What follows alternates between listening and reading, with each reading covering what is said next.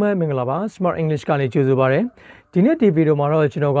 အင်္ဂလိပ်စာကိုဘယ်လိုမျိုး step by step တစ်ဆင့်ချင်းလေ့လာသွားမလဲဆိုတာနဲ့ပတ်သက်ပြီးတော့ပြောပြပေးမှာဖြစ်ပါတယ်ကျွန်တော်တို့တစ်ခုခုကိုလေ့လာတဲ့နေရာမှာဆိုလို့ရှိရင် step by step လေ့လာတတ်ဖို့ကတိတ်ကိုအရေးကြီးတယ်ပေါ့နော်ကျွန်တော်တို့အင်္ဂလိပ်စာလေ့လာတဲ့နေရာမှာလည်း step by step လေ့လာမှာဖြစ်ပါတယ်ဒါမှဘာသာတစ်ခုကိုတကယ်တမ်းတက်မြောက်တာဖြစ်တယ်ပေါ့နော်ဒါပေမဲ့အချို့သောလေ့လာသူတွေကဘာလို့ကြားတယ်လဲဆိုလို့ရှိရင်အင်္ဂလိပ်စာလေ့လာရင်းနဲ့ပတ်သက်ပြီးတော့ဂျားတွေကနေဖောက်ပြီးတော့လေ့လာမျိုးတွေတွေ့ရတယ်ပေါ့နော်ဥပမာကျွန်တော်အင်္ဂလိပ်စာလေ့လာတဲ့သူအများစုက speaking ကျွမ်းကျင်ကြတာဖြစ်တယ်ဆိုတော့ speaking ကောင်းမှုအတွက်သူတို့ကအင်္ဂလိပ်စာစတင်လေ့လာရတဲ့ဆိုတာနဲ့ speaking ကျွမ်းကျင်ကြတာဖြစ်တယ်ဆိုတော့ speaking ကောင်းမှုအတွက်ဘာလုပ်ရမလဲအစရှိသဖြင့်ပေါ့နော် speaking ကိုပဲလုံးဝစိတ်ဝင်စားတာဖြစ်တယ်ကျန်တဲ့အကြောင်းအရာတွေ speaking ကောင်းမှုအတွက်လိုအပ်တဲ့ကျန်တဲ့ step တွေကိုသူတို့ကတိတ်ပြီးတော့စိတ်ဝင်စားကြအောင်ဆိုတော့အကျိုးရတစ်ခုအနေနဲ့ဘာဖြစ်လဲဆိုတော့လည်နေတတ်တယ်ဘာသာတစ်ခုကိုတကယ်တမ်းတက်မြောက်တဲ့အခြေအနေကိုမရဘူးဖြစ်တယ်ပေါ့နော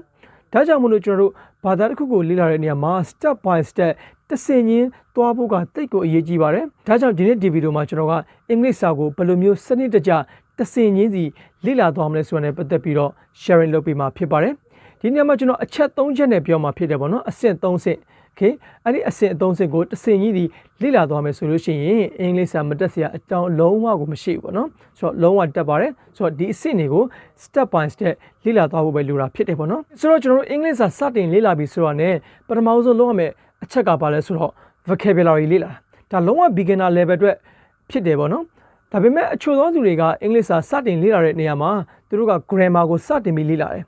်သူတို့ရဲ့အမြင်မှာဆိုလို့ရှိရင် grammar ကဘာသာတစ်ခုရဲ့ foundation ဖြစ်တယ်ဆိုတော့ grammar ကအခြေခံအကျဆုံးသူတို့စတင်ပြီးလေ့လာမယ့်နေရာလို့ထင်တယ်ဒါပေမဲ့ဒါကမှားပါတယ်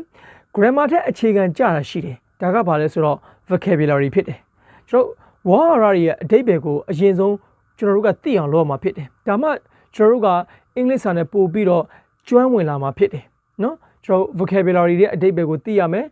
vocabulary ကဘယ်လိုမျိုးလဲဆိုရင်ကျွန်တော်နေ့စဉ်သုံး vocabulary တွေပေါ့ကျွန်တော်တို့နေ့တစ်နေ့မှာမသုံးမဖြစ်သုံးရမယ့် vocabulary တွေရဲ့အဓိပ္ပာယ်ကိုကျွန်တော်တို့ကလေ့လာထားဒါမှကျွန်တော်တို့ကအင်္ဂလိပ်စာနဲ့ပို့ပြီးတော့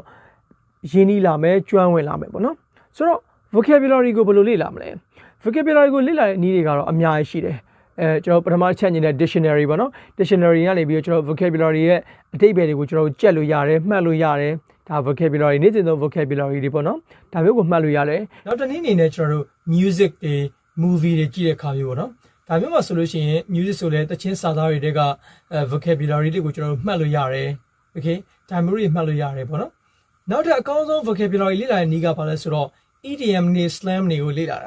ာနော်ဒါကဒီအဆင့်မှာလောက်အောင်မှာဖြစ်တယ်ဆိုတော့ idiom နဲ့ slang တွေဆိုတာကဘာ grammar မှမလို့ okay သူတို့ရဲ့အဓိပ္ပာယ်ကိုမှန်ကန်တဲ့အခြေအနေမှာကျွန်တော်တို့သုံးသပ်လို့ရှိရင်ဒါရပြီပေါ့နော်ဆိုတော့အထက်ကကျွန်တော်တို့ basis vocabulary လေ့လာတယ်ပြီးလို့ရှိရင် idiom လေးတွေ slang လေးတွေလေ့လာတယ်ဒါမျိုးဆိုလို့ရှိရင်ကျွန်တော်နည်းနည်းပါပြောလို့ရပြီပေါ့နော်ဒါပေမဲ့ဒါက broken English ပေါ့ကျွန်တော်မှ grammar မရှိသေးဘူးပေါ့နော်ဒီအရှင်းဆုံးပြောရရင်ကျွန်တော်တို့ကအင်္ဂလိပ်စာနဲ့ကျွန်တော်တို့နဲ့ကိုပို့ပြီးတော့ရင်းနှီးကျွမ်းဝင်လာအောင်ကျွန်တော်တို့ကစတင်ပြီးလေ့လာတာဖြစ်တယ်ကောလုံးဝ beginner level လို့ကျွန်တော်ပြောခဲ့တယ်နော်လုံးဝစတင်လေ့လာတဲ့အချိန်ဖြစ်တယ်ဆိုတော့ဘယ်လိုပြောမလဲကျွန်တော် basis vocabulary တွေသိရဆိုလို့ရှိရင်ကိုကတခုစားနေ I'm eating okay စားနေတယ်လမ်းလျှောက်နေဆို working အဲ့နေရဆိုလို့ရှိရင် sleeping အစရှိသဖြင့်ကျွန်တော်ပြောလို့ရတယ်။ the idiom နဲ့ slang တွေကတော့ပိုကောင်းတာပေါ့နော်။ဘာလဲဆိုလို့ရှိရင်သူတို့ဒီကျွန်တော်တို့ဒီ broken ထက်ပိုပြီးတော့မှန်တယ်ပေါ့နော်။ဆိုတော့အခြေအနေတစ်ခုမှာသူနဲ့ကိုက်ညီတဲ့အခြေအနေတစ်ခုမှာ idiom နဲ့ slang တွေကိုလေ့လာပြီးတော့ကျွန်တော်တို့ကပြောမယ်ဆိုလို့ရှိရင်ဒါကျွန်တော်ရဲ့ English တွေလုံးဝကောင်းတယ်ပေါ့နော်။ကျွန်တော် grammar မသိသေးဘူး။ဒါပေမဲ့ slang တွေ idiom တွေကိုလေ့လာထားတဲ့ဖြစ်တဲ့ကြောင့်မလို့ကျွန်တော်နည်းနည်းပါမှန်အောင်ပြောတတ်တယ်။ခုနကလည်းကျွန်တော် vocabulary လေ့လာထားတာဖြစ်တဲ့ကြောင့်မလို့လည်းဘာဖြစ်လဲဆိုတော့ကျွန်တော်တို့ broken English ကိုပြောလို့ရတယ်ပေါ့နော်အဲ့ဒီဆို sleeping စားနေ eating လမ်းလျှောက်နေ working အစရှိသဖြင့်ပေါ့နော်လေ့လာနေ studying အစရှိသဖြင့်ဒီလိုမျိုးကျွန်တော် broken English လေးနဲ့စမှာဖြစ်တယ် okay စနေကကျွန်တော်တို့ grammar ကိုသွားလို့မရအောင်ဒါလုံးဝ beginner level မှာလောက်မှာဖြစ်တယ်ဆိုတော့ miss တွေကအင်္ဂလိပ်စာကိုတစ်ခါမှမလေ့လာသေးဘူးဒါမျိုးဆိုလို့ရှိရင် grammar ကိုမလေ့လာပါနဲ့ဟုတ်ကျွန်တော်ပြောသလိုvocabulary လေးရဲ့အဓိပ္ပာယ်ကိုသိအောင်လုပ်ပါပြီးရင်အချို့သော slang တွေနဲ့ idiom တွေနဲ့အဓိပ္ပာယ်ကိုသိအောင်လုပ်ပါဒါမျိုးဆိုလို့ရှိရင်မိတ်ဆွေကအင်္ဂလိပ်စာနဲ့ပို့ပြီးတော့ရင်းနှီးကျွမ်းဝင်လာပြီးတော့ဒါမိတ်ဆွေပထမဦးဆုံးလှမ်းရမယ်ခြေလှမ်းဖြစ်တယ်ပေါ့နော်ဒါပြီးမှနောက်တစ်ဆင့်ကိုမိတ်ဆွေကလှမ်းမှာဖြစ်တယ် okay ဆိုတော့ဒါက step 1ပေါ့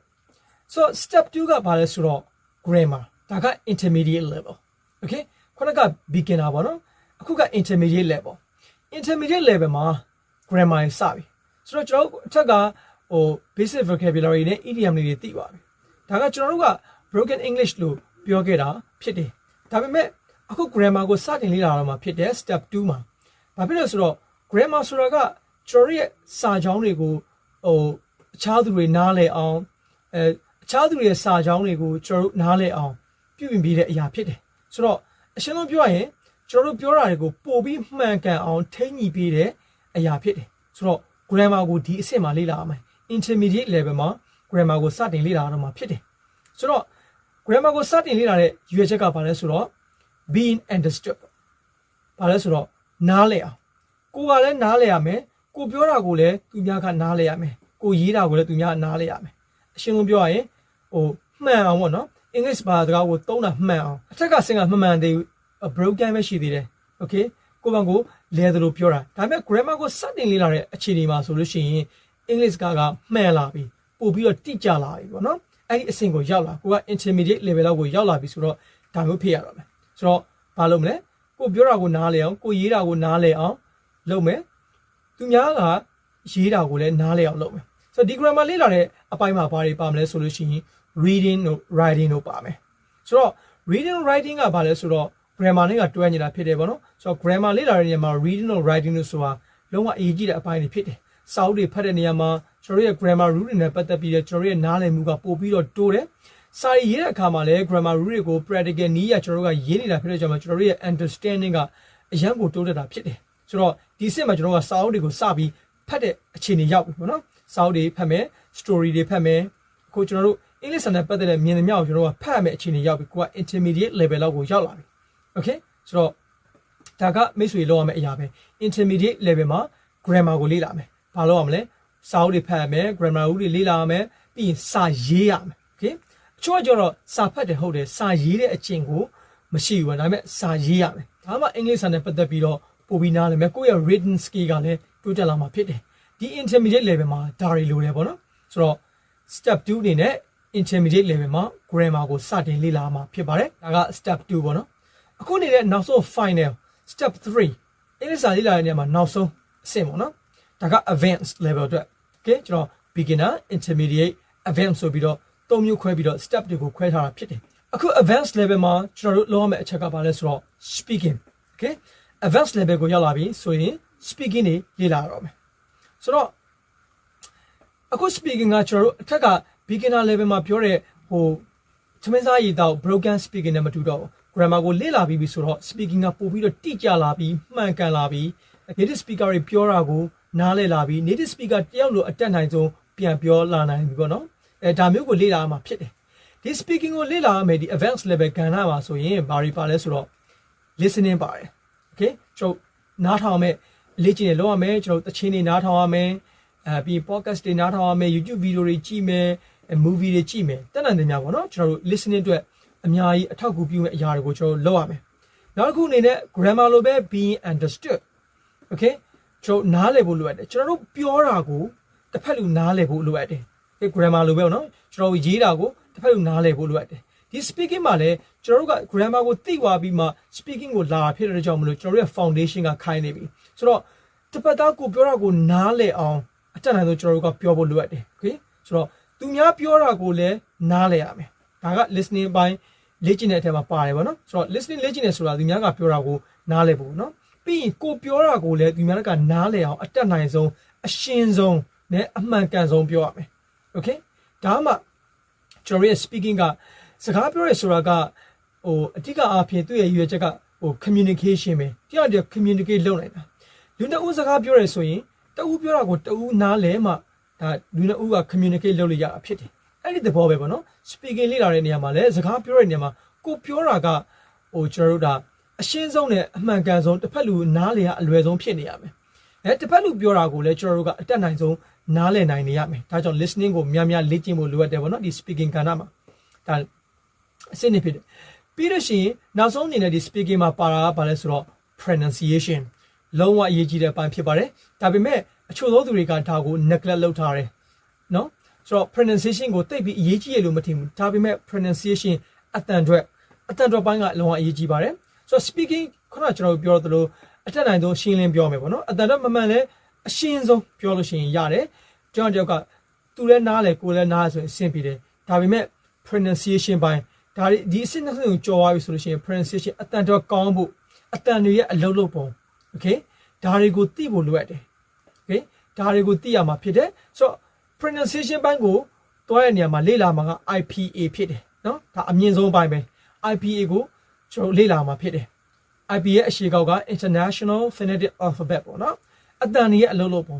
English မှာဆိုလို့ရှိရင်အတန်တွေရှိတယ်အဲ့ဒီအတန်တွေကိုလေ့လာပြီးတော့ native speaker တွေဘယ်လိုပြောသလဲပြီး native speaker တွေလို့ဘယ်လိုပြောမလဲ